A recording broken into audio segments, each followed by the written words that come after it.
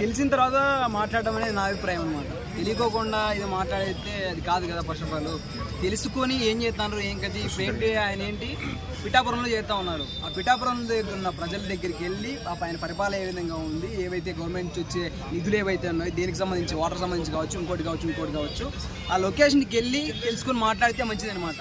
ఎక్కడో కూర్చొని నువ్వు మాట్లాడతాను నేను మాట్లాడతానే కాదనమాట. ఆయన్ని నెగిటివ్ అనేది తీసుకోవడం అనేది తప్పు. ఒకసారి తెలుసుకున్న తర్వాత మాట్లాడని నా అభిప్రాయం. సో తిరుమలలో ఆవులు చనిపోయినప్పుడు కానీ పిఠాపురంలో దళితులు అవమానించబడినప్పుడు కానీ ఎప్పుడు కూడా పవన్ కళ్యాణ్ స్పందించలేదు. అదే జగన్ హయాంలో జరిగి ఉంటే ఈ పార్టీకి చాలా రచ్చ చేసేవాడని చెప్పేసి ఆ మెట్లు ఈ మెట్లు అడిగేవాడని చెప్పేసి అంటున్నారు. మీరే అంటారు? ఏంటంటే కొన్ని మాట్లాడేయడానికి కొన్ని ఉంటాయన్నమాట అవకాశాలు. ఓకేనా, ఎక్కడైనా సరే అది అసెంబ్లీ అయినా సరే ఇంకో చోటైనా సరే ఆయనకి మాట్లాడే సందర్భం రాలేదేమో. మీరు ఎలా ఎందుకు అనుకుంటారు అంటే మాట్లాడే అంటే స్థాయి అది కాదేమో. స్థాయి అంటే మరి నీకు వేరే విధంగా నెగిటివ్గా తీసుకోవద్దండి. అక్కడ మాట్లాడే ఆప్షన్ లేదేమో ఆయనకి. మీరు దానికి ఒక చిన్నదాన్ని తీసుకొని మొన్న ఇష్యూ అయినప్పుడు మరి డబ్బులు ఇచ్చాడు కదా, మన జమ్మూ కాశ్మీర్ దగ్గర ఆయన చనిపోయారు, ఆ డబ్బులు ఇచ్చారు కదా, మరి దానికి ఎందుకు మాట్లాడరు మరి బయట? సో ఎట్లా ఉండబోతుంది నెక్స్ట్? పవన్ కళ్యాణ్ పీఎం కాబోతున్నారు. పీఎం వన్ డే పీఎం అని చెప్పేసి చాలా సోషల్ మీడియాలో వైరల్ అవుతుంది. వన్ డే పీఎం అయితే సినిమాల పరంగా తీసుకెళ్తే రేస్ గురులో మన అల్లు అర్జున్ గారు అవుతారుగా, మొత్తం అంతా రేస్ గురు అని చెప్పి అట్లా ఇచ్చి పడేయంతారు మొత్తం. ఆయనకి ఏంటంటే ఆయనకి డబ్బు మీద ఆశ లేదు, ఇంకో దాని మీద. డబ్బు మీద ఆశ అయితే ఇదే సినిమాలు చేసుకుంటారు అనమాట. ఆయన ఎప్పుడు ప్రజల దగ్గర ఉండాలి, ఆ మంచి అనేది ఉందన్నమాట. ఎవరైనా కష్టం అని వచ్చిందంటే చాలా మంది తెలియదు ఈ విషయాలు. ఒక సినిమా పరంగా కావచ్చు, ఒక రాజకీయ పరంగా కావచ్చు, ఆయన దగ్గర డబ్బులు ఎంతైతే ఉంటుందో, ఆడు ఉన్నోడా లేనోడా, ఆడు రియల్ చెప్తాడా ఫేక్ చెప్తాడా, ఇవన్నీ ఏవి పట్టించుకోకుండా ఆయన దగ్గర డబ్బులు ఎంతైతే ఉందో ఆ డబ్బులు ఇచ్చి పంపించేది అనమాట. అది ఆయన మనస్తత్వం. డబ్బుల కోసమే కావాలనుకుంటే సినిమాలు ఆయనకి రెమ్యునరేషను వేరే కోట్లల్లో ఉంటుంది. మీకు అది విషయాలు తెలియదు. ఆ సినిమాలు కావాలి, డబ్బులే కావాలనుకుంటే సినిమాలు ఉండేవాడు కదా. ప్రజల దగ్గర ఉండి ప్రజల్ని మంచిగా చూసుకోవాలి. ఆయన మాటలు కూడా వేరే లెవెల్లో ఉంటాయి, మీకు తెలిసే తెలియదు. చేగువేరకు సంబంధించి అంటాడు, మళ్ళీ దేశం గురించి వేరే ఉంటాయి అన్నమాట ఆయన. సో కొంతమంది ఏమంటున్నారంటే సినిమాల కంటే పొలిటికల్లోనే డబ్బులు ఎక్కువ వస్తాయి కదా అంటున్నారు. సినిమాలోనే పొలిటికల్ డబ్బులు అయితే మీరు చూసారా? ఆ రోడ్ వేసినాం, ఈ పథకం ఆ పథకం అని చెప్పి చాలా స్కామ్స్ జరుగుతాయి కదా. గాలి జనార్దన్ రెడ్డి అట్లా దుబ్బేసి అలా బొక్కలోకి వెళ్ళిపోయాడు. అంటే ఇప్పుడు ట్యాక్స్ ఆఫీసర్లు వీళ్ళంతా ఉంటారు, వాళ్ళు ఊరికే ఉంటారా ఏంటి? తెలీదా మరి నిధులు ఎంత వస్తున్నాయి, దేనికి ఎంత కేటాయించారు, దానికి ఫండ్ ఎంత అయింది, దాని తర్వాత బడ్జెట్ ఎక్కడెక్కడ నడుస్తుంది ఏం కదా అని చెప్పి స్కామ్ చేస్తే ఇదేం నీ డబ్బులు కాదు నా డబ్బులు కాదు గురు, అది ఏంటంటే గవర్నమెంట్ డబ్బులు. ప్రతిదీ పిన్ టు పిన్ చెప్పాలన్నమాట. మరి అదే పవన్ కళ్యాణ్ జగన్ ని బాగా లక్షల కోట్లు స్కామ్ చేశారు అన్నారు కదా, మరి దానికి ఏం లేవా, లెక్కలు లేవా, అధికారులు లేరా? లెక్కలు లేవా, అధికారులు. ఇప్పుడు ఏంటంటే ఆయనకైతే మీరు ఎన్ని చెప్పినా డైవర్ట్ చేసినా కూడా నేను డైవర్ట్ అవ్వను. ఫస్ట్ ఆఫ్ ఆల్ ఏంటంటే ఆయనకి లేదు భయ్యా, మీకు తెలుసో తెలీదో మరి నా ఎందుకు అట్లా నెగిటివ్ తీసుకోవద్దో నాకైతే అర్థం కాదు. కానీ ఆయన డబ్బు విషయంలో అదే ఓకే పీపుల్సే ఎందుకంటే నెగిటివ్ తీసుకొస్తే అర్థం కాదు. కానీ ఆయనకైతే డబ్బు మీద ఎటువంటి వ్యామోహం కానీ మోజు కానీ లేదు. ఆ డబ్బు విషయంలో అయితే ఆయన సినిమాలు ఇక్కడే చేసుకుంటాడు. ఓకేనా, డబ్బు విషయంలో కావాలనుకుంటాడు ఏంటంటే ఆయన ఇంకో బిజినెస్ పెట్టుకుంటాడు అనమాట. మీకు తెలిసే తెలీదు, తెలుగు ఫిలిం ఇండస్ట్రీలో ఉన్న ప్రతి ఒక్క హీరోకి ఏదో ఒకటి సైడ్ బిజినెస్ ఉంటాయి. అది అవుట్ ఆఫ్ అనుకోండి డబ్బుల విషయంలో. ఈయన అలా అనుకుంటే ఏదో పెట్టుకుంటాడు కదా, ఫ్యాక్టరీలో ఇంకోటో. ఆయనకి అసలు లేదు, అది డబ్బు వ్యామోహం అయితే లేదు. సో ఫైనల్ గా పవన్ కళ్యాణ్ పీఎం అయితే ఎలా ఉంటుంది ఒక్క మాట లేకపోతే? మొత్తం అన్ని పీఎం అయితే కంపల్సరీ మొత్తం అన్ని మార్చేస్తాడు. ఏవైతే ఉన్నాయో నిధులకు సంబంధించి కావచ్చు ఇంకోటి కావచ్చు ఏదైనా ఇష్యూస్ అయితే అంటే ప్రతి ఒక్కటి ఆయన డెప్త్కి వెళ్ళి ఒక చిన్న విషయం అయినా కూడా లోపలికి వెళ్ళి మాట్లాడే అప్పుడు యాక్సెస్ వచ్చింది అనమాట మాట్లాడడానికి. సో ఫైనల్ గా అందరూ అంటే బయట సోషల్ మీడియా అనుకుంటారంటే మన ప్రధాని పక్కన కూర్చొని ఒక చాక్లెట్ ఇచ్చారు పవన్ కళ్యాణ్కి. అంటే వచ్చినందుకు ఏ వరాలు ఏదైనా ఒక స్కీమ్ కానీ ఏదైనా డబ్బులు ఇచ్చి ఏమంటారు నిధులు ఉన్నాయి ప్రకటిస్తే బాగుండేది, చాక్లెట్ ఇచ్చారు చేతిలో పెట్టారని చెప్పేసి ట్రోల్ చేస్తున్నారు. ఎట్లా చూస్తారు? నిధులు అంటే మన రాష్ట్రానికా లేదంటే ఆయనకి? అమరావతికి.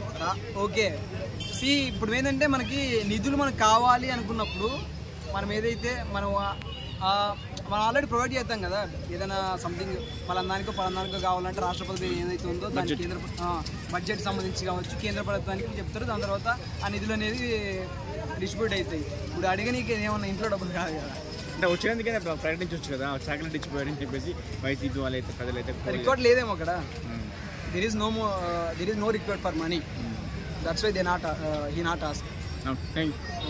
ఫ్యూచర్లో పవన్ కళ్యాణ్ టార్గెట్ ప్రధానమంత్రిని అయితే చూద్దాం భయ్య. ఇప్పుడైతే మనం ఒక స్థాయిలో అయితే ఉన్నారు కదా, ఎమ్మెల్యే నుంచి డిప్యూటీ సీఎం వెళ్ళారు, డిప్యూటీ సీఎం నుంచి ఇంకోటి వెళ్ళారు. ఎందుకంటే నేను ఒక పవర్ స్టార్ పవన్ కళ్యాణ్ గారి అభిమానిగా ఒకటి చెప్తాను, ఏంటంటే మంచి చేసే వ్యక్తి ఎక్కడైనా సరే ఒక స్థాయిలో ఉండాలని కోరుకుంటున్నాను. ఆయన అంటే ఎటువంటికి ఎవరికి కీడ్ చేయలేదు, ఇంకోటి చేయలేదు. సీఎం ఏదైనా ఒక సీఎం కాదు కదా, పిఎం ఏది ఇచ్చినా కూడా ఆయనకైతే తక్కువే. కాకపోతే ఏంటంటే ఆయన ఇంకా స్థాయి పెంచుకుంటూ వెళ్ళాలి, మంచి పనులు చేస్తూ వెళ్ళాలని కోరుకుంటా ఉన్నాం. ఇనిషియల్గా మనం సపోర్ట్ చేయాలి. అంటే ఇప్పుడు పవన్ కళ్యాణ్ గారు వచ్చిన దగ్గర నుంచి కులాలని మతాలని రెచ్చగొడుతున్నారని చెప్పేసి మాట్లాడుతున్నారు చాలామంది. నిజంగానే ఇలా చేస్తున్నారంటారు పవన్ కళ్యాణ్ గారు? I don't think so. అలా ఏం లేదండి, ఎందుకంటే పొలిటికల్గా ఎవరి వేస్ వాళ్ళకు ఉంటాయి. బట్ నేను అబ్జర్వ్ చేసింది ఏంటంటే, నేను తెలంగాణ ఉండేది, ఆంధ్ర పాలిటిక్స్ అబ్జర్వ్ చేసింది ఏంటంటే మరీ అంత అలా ఏం లేదు. దీనికి నో అనే చెప్తాను. అంటే ఇప్పుడు కూటమి ప్రభుత్వం వచ్చిన దగ్గర నుంచి ఐటీ కంపెనీలు వస్తాయని చెప్పేసి వాళ్ళు చెప్తున్నారు. మరి ఎలా ఉండబోతుంది అంటారు అక్కడ ఆంధ్రప్రదేశ్లో? ఇనిషియల్గా 2014లో చంద్రబాబు నాయుడు వచ్చినప్పుడు రావాల్సి ఉండే, బట్ తర్వాత గవర్నమెంట్ ప్రాపర్ యాక్షన్ తీసుకోలేదు 2019లో. సో అక్కడ అన్రెస్ట్ అనేది ఏర్పడింది.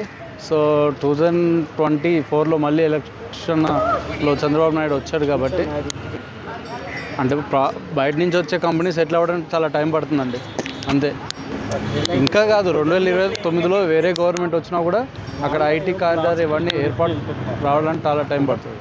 ఇప్పుడు 1 రూపీకి 22 ఎకరాలు 23 ఎకరాలు ఇచ్చారు కదా ఏపీలో, టీసీఎస్ కంపెనీకి ఇచ్చారంటున్నారు కూటమి ప్రభుత్వం. దాన్ని ఎట్లా చూడొచ్చు?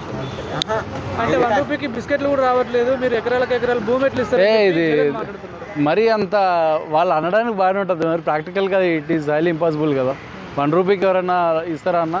లీజుకి తీసుకున్న గవర్నమెంట్కి ప్రాపర్ వాల్యుయేషన్ కట్టివ్వాల్సి వస్తుంది కదా. టీసీఎస్ కంపెనీకి 1 రూపీకి ఎకర్ చొప్పున 21 ఎకరాలు ఇచ్చారు. ఓకే, డెవలప్మెంట్ కోసమే. కాకపోతే జగన్ ఏమంటుండంటే 1 రూపీకి బిస్కెట్ కూడా రాదు, మీరు అన్ని ఎకరాలు ఎట్లిస్తారని చెప్పి. టీసీఎస్ కదా, నమ్మొచ్చు, ఎందుకంటే దేశీ కంపెనీ కదా, ఇవ్వచ్చు, తప్పేముంది. ఎదురు తిరిగితే వాళ్ళకి సపోర్ట్ ఇవ్వడం పెద్ద తప్పు. లాండ్ ఆర్డర్ మీద ఇప్పుడు పోలీసు వాళ్ళు మన రక్షణ కోసం వాళ్ళు చేసేది రక్షక భటులు, వాళ్ళ మీద మనం గంజాయి దాగి అటాక్ చేస్తే దాన్ని మనం తప్పుగా భావించాలి, వాళ్ళకి మనం సపోర్ట్ చేయకూడదు. ఇంకొకరు చేయకుండా మనం చూసుకోవాలి. మరి వాళ్ళకి మనం సపోర్ట్ పోయి వాళ్ళకి అండదండ ఇవ్వడం అనేది పెద్ద నేరం. అది ఇప్పుడు జగన్మోహన్ రెడ్డి గారు మాజీ ముఖ్యమంత్రి, సో ఆయనకి ఎక్కడ ఏ విధంగా మాట్లాడుతున్నారంటే, సో ఆయన గురించి ఏం చెప్తారు మీరు? ఇప్పుడు వాస్తవం చెప్పాలంటే జగన్మోహన్ రెడ్డి గారికి ప్రభుత్వం మీద వ్యతిరేకంగా మాట్లాడటానికి ఏం లేవు, తప్పులు ఏం లేవు. పవన్ కళ్యాణ్ గారు, చంద్రబాబు నాయుడు చాలా మంచి కార్యక్రమాలు చేస్తారు.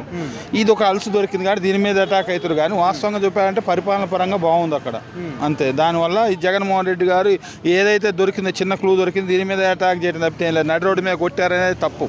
అంటే వాళ్ళు కూడా ఎస్సీ మైనార్టీలు అని చెప్పేసి ఇట్లా క్యాస్ట్ల పరంగా తీసుకొచ్చే ఒక విధంగా చేస్తున్నారు. అరే ఇప్పుడు లాండ్ ఆర్డర్ మీద వ్యతిరేకత ఎస్సీనా ఎస్టీనా ఎవరైనా సంబంధం లేదు. భారతీయులు మన పోలీసుల మీద ఎగబట్టడం, ఒక న్యాయ వ్యవస్థ మీద ఎగబట్టడం అనేది తప్పు. దాన్ని మనం అస్సలు ఎవరం కూడా అప్రిషియేట్ చేయకూడదు, వాళ్ళకి మనం సపోర్ట్ చేయడం కూడా తప్పే. ఈ విషయంలో మాత్రం జగన్మోహన్ రెడ్డి పునరాలోచన చేయాలని నేను కోరుకుంటున్నాను.